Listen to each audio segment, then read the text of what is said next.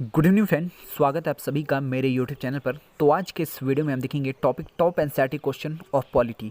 शुरू करने से पहले एक बात और, अगर किसी को ये वीडियो अच्छा लगे तो लाइक शेयर सब्सक्राइब जरूर करें और इस टॉपिक का स्क्रीनशॉट अगर लेना चाहें तो आप अंत में ले सकते हैं।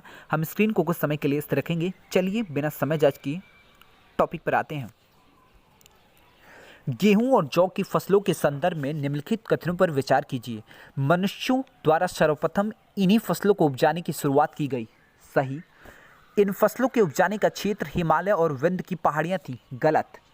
गेहूं और जौ जो फसल था उसको उपजाने का जो सर्वप्रथम स्थान था वो किरधर एवं सुलेमान पहाड़ियों का क्षेत्र था। क्वेश्चन के हिसाब से उपयुक्त कथनों में कौन सा सही है? केवल एक, ए आंसर होगा। Next question. भारतीय उपमहाद्वीप के संदर्भ में निम्नलिखित कथनों पर विचार कीजिए। आरंभिक नगरों का विकास सिंधु व इसकी सहायक नदियों के किनारे हुआ। सही। गंगा व इसकी सहायक नदियों के किनारे नगरों का विकास लगभग 5000 वर्ष पूर्व हुआ। गलत। गंगा व इसकी सहायक नदियों के किनारे नगरों का विकास लगभग 2500 वर्ष पूर्व हुआ। क्वेश्चन के हिसाब से उपयुक्त कथनों में कौन सा सही है? केवल एक, ए आंसर होगा। Next question. गंगा नदी के दक्षिण में इसकी सहायक नदी सोन के आसपास का क्षेत्र प्राचीन काल में किस नाम से जाना जाता था?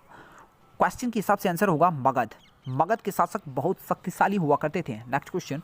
भारत देश के नाम के संदर्भ में निम्नलिखित कथनों पर कौन सा कथन सही है? लगभग 2500 वर्ष पूर्व उत्तर पश्चिम की ओर से आने वाले ईरानियों और यूनानियों ने सिंधु को हिंदोस अथवा इंदोस तथा इन नदी के पूर्व में स्थित भूमि प्रदेश को इंडिया कहा। यह सही है। भारत नाम का प्रयोग उत्तर पश्चिम में रहने वाले लोगों के एक समूह के लिए किया जाता था। इस समूह का उल्लेख संस्कृत भाषा की आरंभिक कृति ऋग्वेद में भी मिलता है।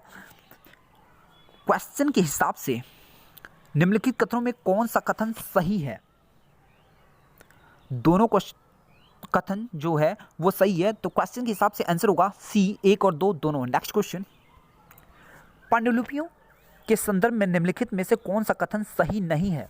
अतीत में हाथ से लिखी गई पुस्तकें पांडुलिपियां कही जाती थी या कहलाती थी। सही है।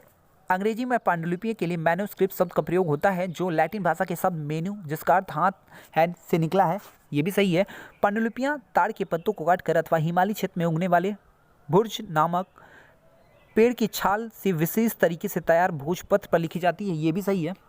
पांडुलिपियां केवल मंदिरों और विहारों में प्राप्त होती है जो केवल संस्कृत भाषा में लिखी गई है। ये गलत है क्योंकि पांडुलिपियां केवल मंदिरों और विहारों के अलावा अन्य स्थानों पर भी पाई जाती है और ये केवल संस्कृत भाषा में ही नहीं है, ये पाली और तमिल भाषा में भी लिखी गई है। Next question.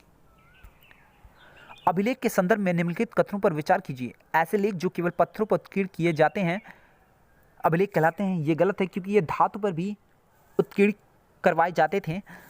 कभी कभी शासक अथवा अन्य लोग अपने आदेशों का उत्तीर्ण करवाते थे ताकि लोग उन्हें देख व पढ़ सकें तथा उनका पालन कर सकें। ये सही है। क्वेश्चन के हिसाब से उपयुक्त कथनों में कौन सा कथन सही है? केवल 2, बी आंसर होगा। Next question.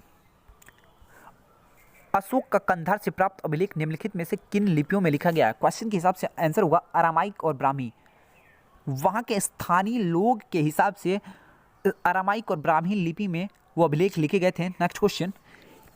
कथन ईसा मसीह के जन्म के पूर्व की सभी तिथियों ईसा पूर्व के रूप में जानी जाती हैं। कारण वर्ष की गणना ईसाई धर्म प्रवर्तक ईसा मसीह के जन्म की तिथि से की जाती है।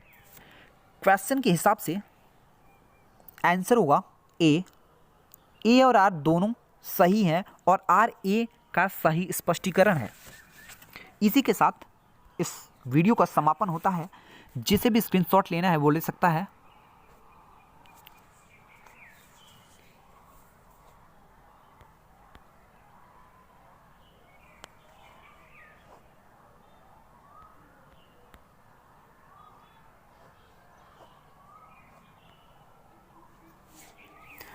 आशा करते हैं आप स्क्रीनशॉट ले चुके होंगे। Thanks for watching this video. आपका दिन शुभ हो।